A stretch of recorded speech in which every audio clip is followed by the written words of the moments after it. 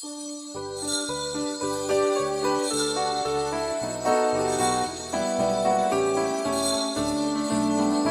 purihin natin ang Panginoon, tayong lahat ng mga bansa at bayan, sapagkat dakilang kalooban at ang katotohanan ng Panginoon. Alleluia, mabuhay ang buwan. Alleluia, mabuhay ang buwan. O purihin natin ang Panginoon, ngayon at magpasawalang hanggan. Alleluia, mabuhay ang buwan. Alleluia, mabuhay ang buwan. Alleluia, mabuhay ang buwan. Alleluia, mabuhay ang Panginoon. Sa ngalan ng Ama at ng Anak at ng Espiritu Santo, Amen. sumainyo ang Panginoon At sumaiyo rin. upang tayo maging marapat sa banal na pagdiriwang na ito. Halina't magsisimuna para sa ating mga kasalanan at pagkukulang. Tayo pong lahat, inaamin ko sa makapangyarihang Diyos At sa inyo mga kapatid, nalubha akong nagkasala sa isip, sa salita at sa gawa, at sa aking pagkukulang. Kaya isinasamo ko sa mahal na Birheng Maria, sa lahat ng mga anghel at mga banal, at sa inyo mga kapatid, na ako'y panalangin sa Panginoong ating Diyos. Kaawaan tayo na mapagmahal na Diyos, patawarin sa ating mga sala at patnubayan hanggang sa buhay na walang hanggan. Amen. Panginoon, kaawaan mo kami. Panginoon, kaawaan mo kami. Kristo, kaawaan mo kami. Kristo, kaawaan mo kami. Panginoon, kaawaan mo kami. Panginoon, kaawaan mo kami. Yumuko tayo, maaring ibulong sa Panginoon ang ating intensyon. Magdasal po natin ang mga tumutulong sa ating simbahan, ang mga nagpapamisa, at ang mga kasama nating nagsisimba. Manalangin tayo. Ama naming makapangyarihan, ipagkaloob mong lagi naming maranasan ang pamumunga na aming ginagampanan ngayong Pasko ng pagkabuhay na iyong binigay upang aming ipagdiwang sa pamamagitan ni Jesucristo kasama ang Espiritu Santo magpasa walang hanggan. Amen.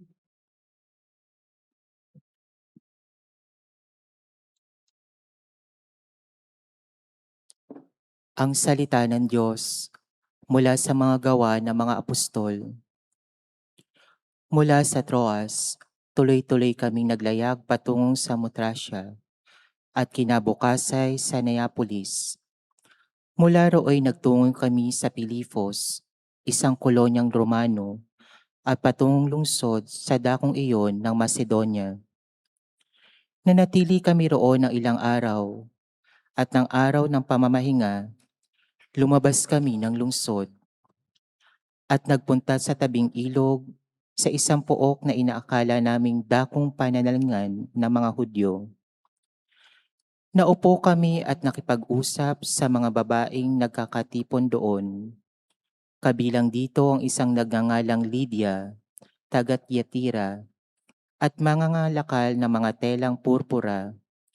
Siya'y may takot sa Diyos. Binuksan ng Panginoon ang kanyang isip at siya'y naniwala sa ipinangangaral ni Pablo. Nagpabinyag siya at ang mga kasambahay niya. Pagkatapos, sinabi niya, "Kung itinuturing po ninyo akong tapat na lingkod ng Panginoon, doon na tayo tumuloy sa amin." Mahigpit ang kanyang anyaya, kaya hindi na napahindian. Ang salita ng Diyos. Salamat sa Diyos.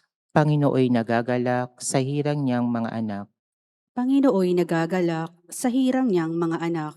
Ang Panginooy purihin, awitan ng bagong awit, purihin sa pagtitipon ng tapat na pananalig.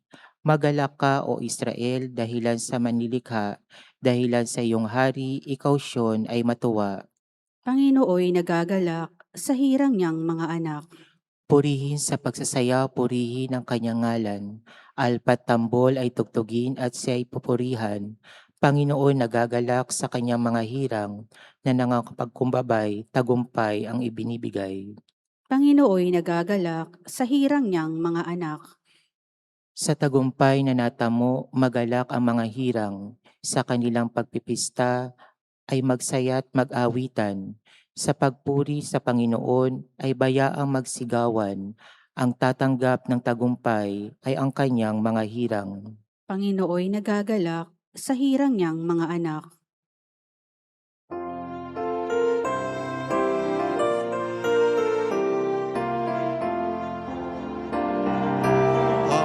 Hallelujah, hallelujah, hallelujah.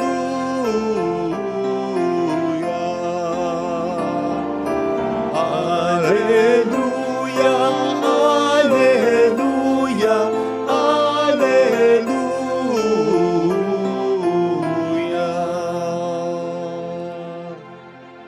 Sumainyo ang Panginoon. At sumaiyo Ang rin. mabuting balita ng Panginoon ayon kay San Juan. Papuri sa iyo, Panginoon. Noong panahong iyon, sinabi ni Jesus sa kaniyang mga alagad, "Ngunit ang patnubay, ang Espiritu ng katotohanan, ang paparito mula sa Ama. Susuguin ko siya sa inyo buhat sa Ama at siyang magpapatotoo tungkol sa akin. At magpapatotoo rin kayo tungkol sa akin sapagkat sa pasimula pa'y kasama ko na kayo. Sinasabi ko ito sa inyo upang huwag kayong mawala ng pananalig sa akin. Palalayasin nila kayo sa mga sinagoga. Darating ang panahon na ang sino mang pumatay sa inyo ay mag-aakalang naglilingkod siya sa Diyos. At gagawin nila ito sapagkat hindi nila ako nakikilala ni ang Ama. Ito'y sinasabi ko sa inyo upang pagdating ng oras na gawin nila, maalala ninyong ipinagpauna ko na ito sa inyo." Mga kapatid, ang mabuting balita ng Panginoon. Pinupuri ka namin, Panginoong Hesukristo. Welcome sa Our Lady of Lazaret Quasay Parish kung saan ayos lang pong umiyak at samahan tayo ng mahal na ina sa pag-iyak at sa pagdarasal upang maging maayos ang lahat. Narinig po natin sa ating binasang ebanghelyo ang warning ni Kristo sa kanyang mga alagad. Sabi niya, darating ang panahon na ang sino mang pumatay sa inyo ay mag-aakalang naglilingkod siya sa Diyos. Hindi niyo po ba naisip kung gaano kasama ito? Papatay ka ng tao tapos iisipin mo natutuwa sa iyo ang Diyos? Di ba napakalaking kasalanan ito, kundi man napakalaki ring kahibangan ito? Bigla ko tuloy naalala yung isang announcement sa simbahan na nagsasabing, "Do not leave your bag, your phone, your wallet unattended because someone may think that it is an answer to their prayers." Naalala ko lang kasi, di ba? Napakalayo naman sa katotohanan na isipin mo ng isang unattended valuable ay sagot ng Diyos sa panalangin mo. Hindi ba't mas nakakatawa, hindi man nakakainis na isipin ng isang mamatay tao na natutuwa sa kanya ang Diyos? Sapagkat ang Diyos ay Diyos ng buhay. Kaya't ang pumatay tapos isipin mo na ikay naglilingkod sa Diyos ay hindi lamang malaking kasalanan kundi malaki ring kahibangan. Now, baka ang sinasabi po natin dito ay iniisip nating ang sinasabi sa Ebanghelyo ay yung pagbawal lamang na pumatay sa isang mabuting tao o sa isang alagad ng Diyos. No! Asama na rin po dito yung mga itinuturing nating mga makasalanan. Sapagkat maliwanag ang sinasabi sa banal na kasulatan na hindi hinahangad ng Diyos ang kamatayan ng isang masamang tao kundi ang kanyang pagbabago. Paano siya makapagbabago kung huhusgahan na agad natin ng kamatayan nito? Kaya nga po kasama din sa itinuturing dito na mabigat na kasalanan at malaki ring kahibangan na yung mga taong nagkaklamor na ibalik ang death penalty, lalo pat sa sistema ng ating hudikatura dito sa bansa ay hindi naman talaga maganda. Nababayaran ng pera. Kasama na rin sa mga may malaking kasalanan at may malaking kahibangan. Yung mga nagsasabing dapat lang napatayin is salvage, mga rapist, mga magnanakaw, ang mga matay tao, ang mga addict. Sa maniwala po kayo sa hindi, naintindihan ko po yung sentimiento nyo. Sapagkat ako rin kung minsan, naisip ko rin naiisip ninyo para sa mga addict, para sa mga makasalanan, para sa mga rapist. Pero sigurado po ako Hindi yan. Hindi yang opinyon, hindi yang stand na may galit, na may paghihigante, na may pagmalinis. Gusto ng Diyos. Ayaw ng Diyos yan. And to think otherwise is to not really understand God. Yun naman ang sinasabi ng Panginoon dito, di ba? Darating ang panahon na sino pumatay sa inyo ay mag-aakalang naglilingkod siya sa Diyos. Paraphrasing this, darating ang panahon na sino mang maghangad ng kamatayan ng isang tao ay isiping tama ang ginagawa niya. Pero hindi. Nagkakaganon dahil hindi nila nakikilala ang Ama. Applicable na applicable po ito sa mga relihiyon na gumagamit ng dahas noon sa ngalan ng Panginoon. At naging guilty po rin dyan minsan ang ating simbahan. Yan yung sinasabing dark age of the church. Yan yung inihingi na po ng tawad ng ating yumaong Santo Papa. Applicable na applicable din po ito sa mga Christian denominations ngayon na nag-iendorso ng gera. Kamakailan yung mga nag-pray over pa kay President Trump at naghalintulad pa sa kanya sa isang banal na karakter sa Biblia para bigyan ng katwiran ang pamumuksa nito sa Iran. Applicable na applicable din po ito ngayon sa mga nag-eendorso at kumukonsente sa mga kandidato dito sa Pilipinas na alam naman nilang pabor sa pagpatay. Applicable na applicable po ito sapagkat maliwanag na kaya may mga desisyon at stands na ganito ay dahil hindi talaga nila nakikilala ang Diyos. At ang problema po dyan ay tayo na mismo ang lumilikha ng iba nating version ng Diyos. Pag ganyan, version natin ng Diyos na mag-fit sa ating mga sariling interes o kagustuhan. Hindi po tama yan. Tandaan po natin na tayo ang dapat tumulad sa Diyos, not the other way around. Sapagkat pag ganyan ay parang tayo na rin ang umaas ng Diyos pag ganyan. Suriin po sana natin ang pinaninindigan natin, ang pinaniniwalaan natin. Kung ito'y naaayon talaga sa pananampalataya natin sa tunay ng Diyos, na ang pinaka-fullness ng revelation ay ating Panginoong Jesus. And so you can say something about God in the New Testament na pwede mong sabihin pabor sa kamatayan ng isang makasalanan at may explanation po tayo para dyan. Hindi po talaga ganyan yan. Hindi pabor ang Diyos sa kamatayan. Hahaba lang yung sermon para pag-usapan yan. May explanation tayo para dyan. Pero ang tutumbukin lang ng explanation ay ang katotohanan na ang fullness ng revelation ng Diyos ay kay Jesus. At kitang-kita naman po natin sa fullness ng revelation na ito sa katauhan at sa ministeryo ni Jesus ay hindi niya kailanman hinangad ang kamatayan ng isang makasalanan. Wala pong masamang maghangad ng kaayusan, katahimikan, kapayapaan sa ating lipunan. Pero sana yung paraan pa rin ng Diyos ang ating sundin. Hindi yung paraan natin madahas, mapagparusa, mapanghusga ng iba. Tamang ang paraan ng Diyos ay mahirap. Minsan masasaktan din tayo. Kasi minsan magpaparaya din talaga tayo. Pero nakakasigurado tayong effective ito. Sige nga, ilang beses na rin natin na i-apply mula pa noon hanggang ngayon sa kasaysayan ang paraan nating mga tao, ang paraan ng galit, dahas at panghuhusga. Naging effective po pa. Sana'y maayos na ang ating lipunan ngayon. Obvious namang hindi. Don't get me wrong. Kailangang parusahan ang mga makasalanan. Hindi dapat kinukonsente ang mga yan. Pero again, sa paraan pa rin ng Diyos. Sapagkat whether we like it or not, ang tingin pa rin ng Diyos sa kanila ay kapatid natin, kapwa-tao natin. Kahit ang tingin natin sa kanila ay problema, salot, at wala nang pag-asa talaga. Indeed, nakakikilabot na ganun pa rin ang tingin ng Diyos sa isang taong napakamakasalanan. Pero mas okay yung kilabot na yan na maramdaman natin kaysa ang Diyos ang siyang kilabutan. Naisipin natin siya'y nasisiyahan kapag ang ninanais natin ay ang kamatayan ng isang makasalanan. Ito sana ang hiling nating biyaya na makita sa ating banal na pagdiriwang. Amen. Ilagay natin ang ating kanang kamay sa tapat ng ating puso.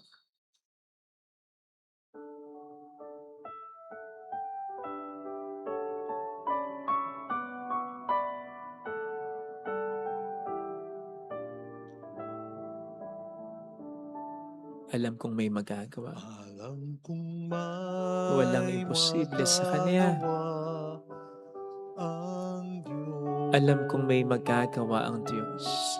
Alam kong may magagawa ang Diyos. Kung ako'y magtatapat Kung ako'y magtatapat Sa Kanya'y maglilingkod. Sa Kanya'y maglilingkod. Alam kong may magagawa ang Alam Diyos. kong may magagawa ang Diyos. Alam kong di ringkin ng Diyos ang samo ko, Alam kong di sapagkat anak niya ako. ng Diyos ang samo ko. Alam kong di ringkin ng Diyos ang samo ko, Alam kong di sapagkat alam ng niyang Diyos hirap na rin ako. ang samo ko. Kung ako'y magtatapat, Kung ako'y magtatapat sa Kanya'y maglilingkod, sa Kanya'y maglilingkod. alam kong di ringkin ng Diyos ang samo. Diringgin ng Diyos ang Pumikit tayo. samo ko. Panginoon, humihingi ako ng tawad kung minsan sa buhay ko ay hinangad ko ang kamatayan ng isang makasalanan. Hindi ko naisip na ako rin ay makasalanan, na maaaring mas magaan, pero makasalanan pa rin. At tulad ng sinasabi sa banal na kasulatan, kamatayan pa rin dapat ang hatol sa akin. Pero sinagip mo ako. Ibinigay mo ang buhay mo para sa akin, para mabuhay ako. Hindi ko dapat kalimutan yon. At kahit na konti, dapat ipakita, iparamdam ko rin yon sa kapwa ko. Hallelujah! Purihin ang Diyos. Hallelujah! Pasalamatan siya. Siya ay muling babalik sa atin. Hindi niya tayo iiwan. Hindi niya tayo pababayaan. Paniwalaan natin yan. Hallelujah! Purihin ang Diyos. Hallelujah! Sa takdang panahon, babalik ang Panginoon upang tayo ay kunin. Tapat siya sa kaniyang mga pangako sa atin. Sabihin mo sa sarili mo, mayroong magandang mangyayari sa iyo. Mayroon pa rin nangyayaring maganda kapag may nagtsatsaga, kapag may umuunawa, kapag Kung lalapit may hindi nanghuhusga, kay Jesus, mayroong magandang mangyayari sa iyo. Tama na mahirap, pero ang paraan pa rin ng Diyos ang siyang sa'yo pinakasigurado sa lahat. Kung lalapit kay Jesus, di man magbago ang tao na sa Kanya, pero wag tayo ang maging dahilan nito nang hindi niya pagbabago. Dahil hindi natin binigay ang tsansa na ibinigay sa atin ni Kristo. Papuri sa Ama at sa Anak sa Espiritu Santo. Kapara ng sa unang-una, ngayon magpakailanman, magpa sa walang hanggan. Amen. Pag-aalay.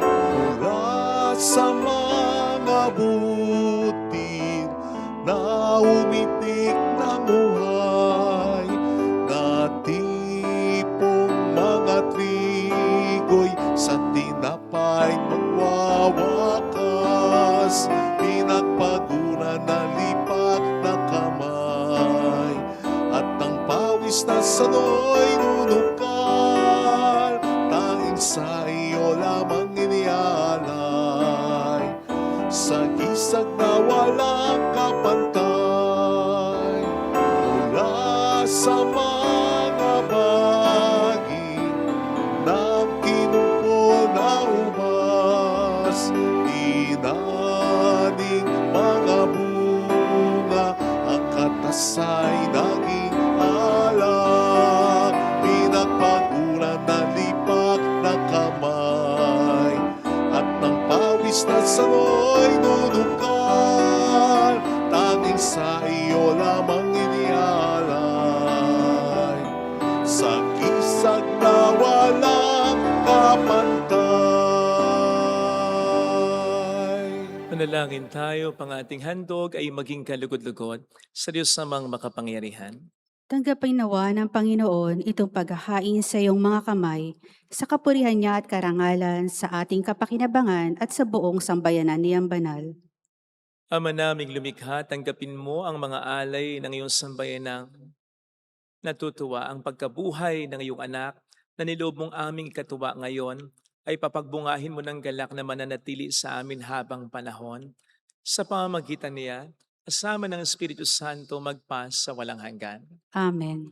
Sumainyo ang Panginoon. At sumaiyo rin, Itaas sa Diyos ang inyong puso at diwa. itinaas na namin sa Panginoon. Pasalamatan ng ating Panginoong Diyos. Marapat na siya ay pasalamatan. Ama naming makapangyarihan, tunay nga pong marapat na ikaw ay aming pasalamatan.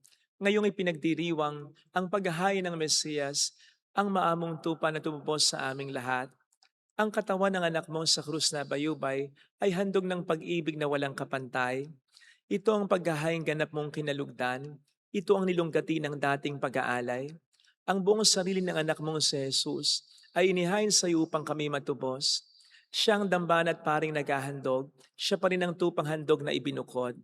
Kaya kaisa ng mga anghel na nagsisiawit ng papuri sa iyo ng walang humpay sa kalangitan, kami nagbubunyi sa iyong kadakilaan. Santo, Santo, Santo, Panginoong Diyos ng mga hukbo, napupuno ang langit at lupa ng kadakilaan mo, o sana sa kaitaasan. Pinagpala ang naparirito sa ngalan ng Panginoon, o sana sa kaitaasan. Ama naming banal, ikaw po ang bukhal ng tanang kabanalan. Kaya't sa pamamagitan ng iyong Espiritu, gawin mong banal ang mga kaloob na ito upang para sa amin ay maging katawan at dugo ng aming Panginoong Hesukristo. Bago niya pinagtiis ang kusang loob na maging handog, hinawakan niya ang tinapay, pinasalamatan kaniya, pinaghati-hati niya iyon, inabot sa kaniyang mga alagad at sinabi, "Tanggapin ninyong lahat ito at kanin. Ito ang aking katawan na ihahandog para sa inyo."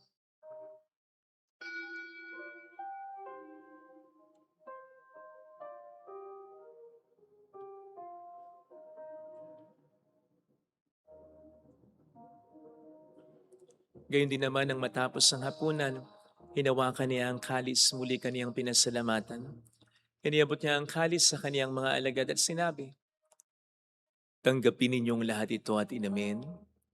Ito ang kalis ng aking dugo, ng bago't walang hanggang tipan. Ang aking dugo na ibubuhos para sa inyo at para sa lahat, sa ikapagkapatawad ng mga kasalanan. Gawin niyo ito sa pag-alala sa akin."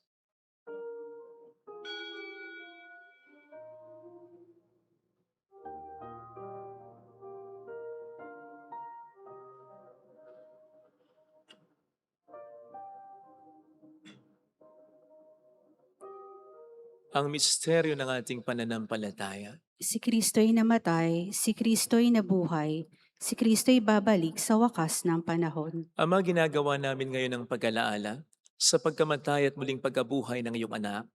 Kaya inialay namin sa iyo ang tinapay ng buhay at ang kalis ng kaligtasan. Kami nagpapasalamat dahil kami iyong minarapat at tumayo sa harap mo para maglingkod sa iyo. Sinasamo namin kami na magsasalo sa katawan at dugo ni Kristo ay mabuklod sa pagkakaisa sa pamamagitan ng Espiritu Santo. Ama, lingapin mo ang iyong simbahang laganap sa buong daigdig. Puspusin mo kami sa pag-ibig. Kaisa, ni Leo na aming Papa, ni Dennis na aming Obispo, at ang Tanang Kaparian. Alalahanin mo ang mga kapatid naming nahimlay nang may pag-asang sila'y muling mabubuhay, lalo ng aming mga ipagdarasal.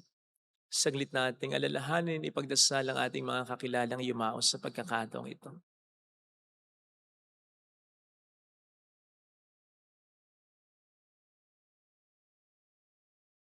Kaawaan mo sila at patuloyin sa iyong kaliwanagan. Kaawaan mo at pagingtapatin kaming lahat na makasalo sa iyong buhay na walang wakas. Kaysa ang mahal na Birhen ng Lasalet ang ina ng Diyos, isanusay ang kabiyak ng kanyang puso lahat ng mga banal na namuhay dito sa daigdig ng kalugod-lugod sa iyo. May pagdiwang nawa namin ang pagupuri sa ikararangal mo sa pamamagitan ng iyong anak na aming Panginoong Jesucristo. Sa pamagitan ni Kristo, kasama niya at sa Kanya, ang lahat ng parangal papuri ay sa iyo, Diyos amang makapangyarihan, kasamang Espiritu Santo, magpasawalang hanggan.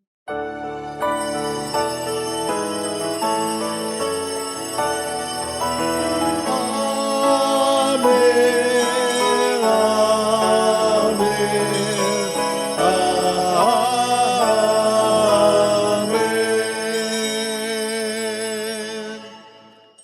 Tumawag tayo sa Ama.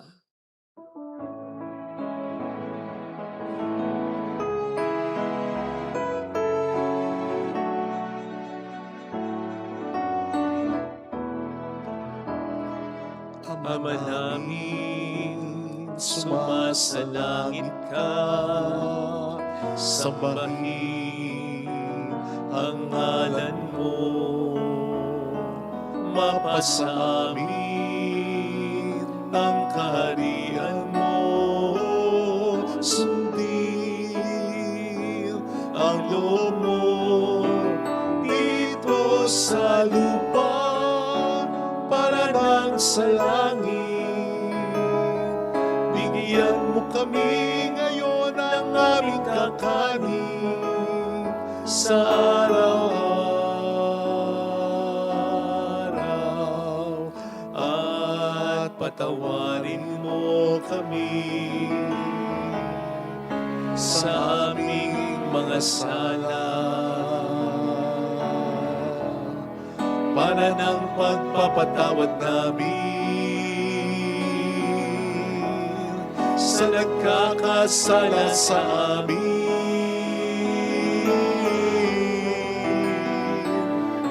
At huwag mo kami ipahintulot sa tuso,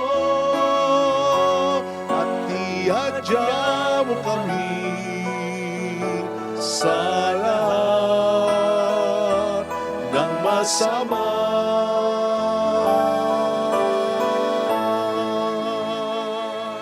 Iniling namin kami adya sa lahat ng masama, pagkalooban ng kapayapaan araw-araw, iligtas sa kasalanan, samantalang aming pinaghahandaan ang dakilang araw ng pagpapahayag ng tagapagligtas namin sa Hesukristo. Sapagkat iyo ang kaharian, ang kapangyarihan at ang kapurihan magpakailanman. Amen. Panginoong Hesukristo, sinabi mo noon, sinasabi mo rin sa amin ngayon, kapayapaan ang iniiwan ko sa inyo, ang aking kapayapaan ang ibinibigay ko. Tunghayan mo po ang aming pananampalataya, wag po ang aming pagkakasala, pagkalooban mo po kami ng kapayapaan at pagkakaisayon sa iyong kalooban, kasama ang Espiritu Santo magpasa walang hanggan. Amen. Ang kapayapaan ng Panginoon ay sumainyo daw ang lahat. At sumaiyo rin. Magbigayan po tayo ng kapayapaan sa isa't isa. Kapayapaan po. Peace be with you. Peace. Kordero ng Diyos Na nag-aalis ng mga kasalanan na sanlibutan, maawa ka sa amin. Kordero ng Diyos na nag-aalis ng mga kasalanan na sanlibutan, maawa ka sa amin. Kordero ng Diyos na nag-aalis ng mga kasalanan ng sanlibutan, ipagkaloob mo sa amin ang kapayapaan.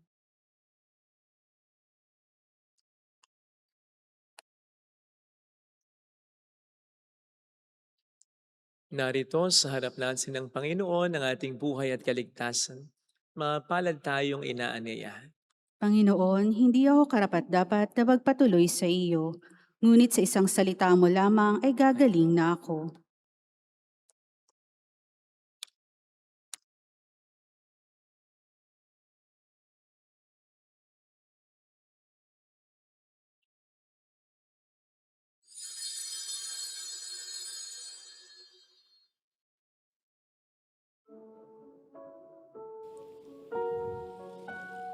Panalangin para sa espiritual na pakikinabang. Panginoong Hesus, ako ay naniniwala na ikaw ay nasa kabanal-banalang sakramento. Iniibig kita ng higit sa lahat at ninanasa kong tanggapin ka sa aking kaluluwa. Sapagkat sa mga sandaling ito, hindi kita matatanggap sa sakramento. Tumuloy ka sa espiritu sa aking puso. Niyayakap kita na para bang naririto ka na. Inaalay ko ng buong buo ang aking sarili sa iyo.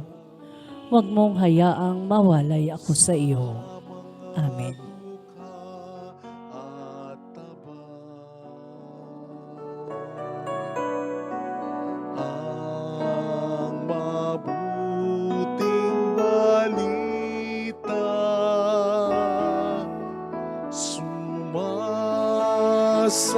sumasakin ang Espiritu ng Diyos. Sumasakin ang Panginoon upang ipahayag ang gagawin.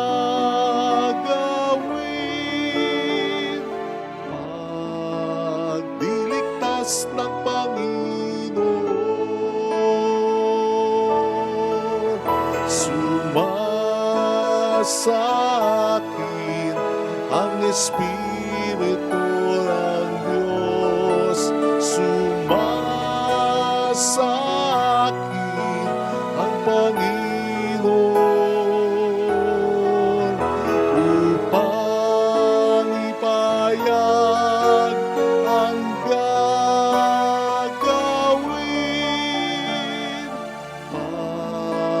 Pagliligtas ng Panginoon, pagliligtas ng Panginoon.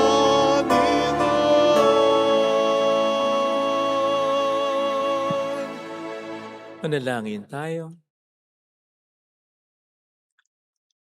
Ama naming mapagmahal, tunghayan mo at lingapin ang iyong sambayanan na minarapat mong makinabang sa piging na pangmagpakailanman.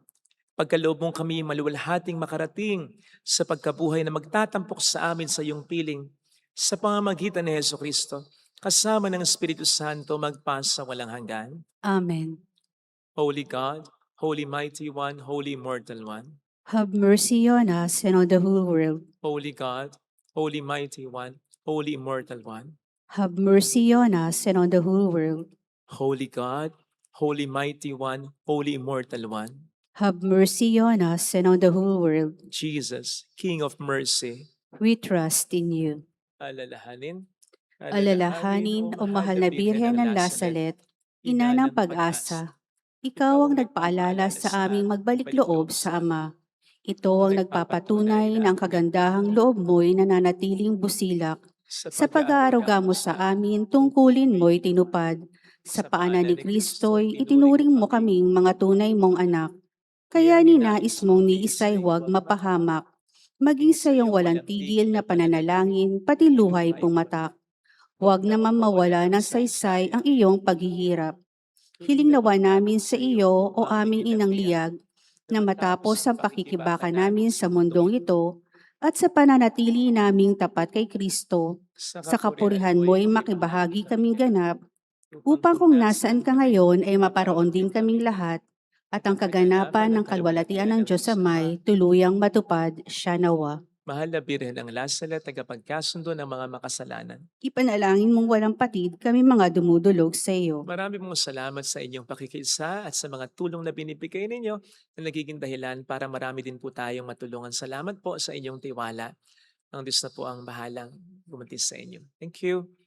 Sumayin niyo ang Panginoon. At sumaiyo rin. Magpalain kayo kasama ng ating pamilya ng mapagmahal na Diyos ng Ama at ng Anak ng Espiritu Santo. Amen. Umayo tayo sa pag-ibig ni Kristo. Salamat sa Diyos. Thank you rin po.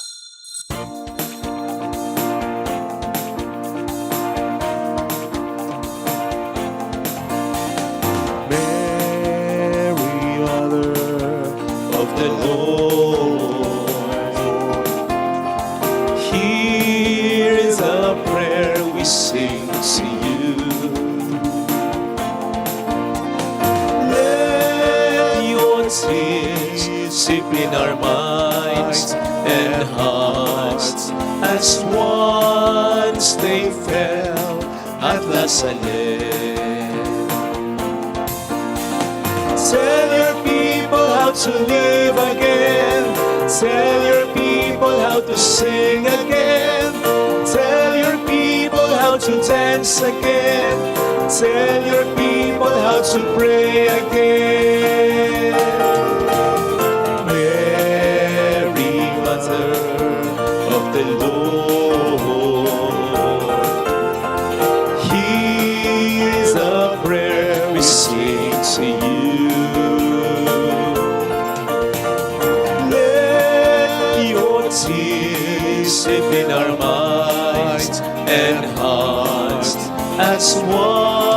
once they fell at Lazaret.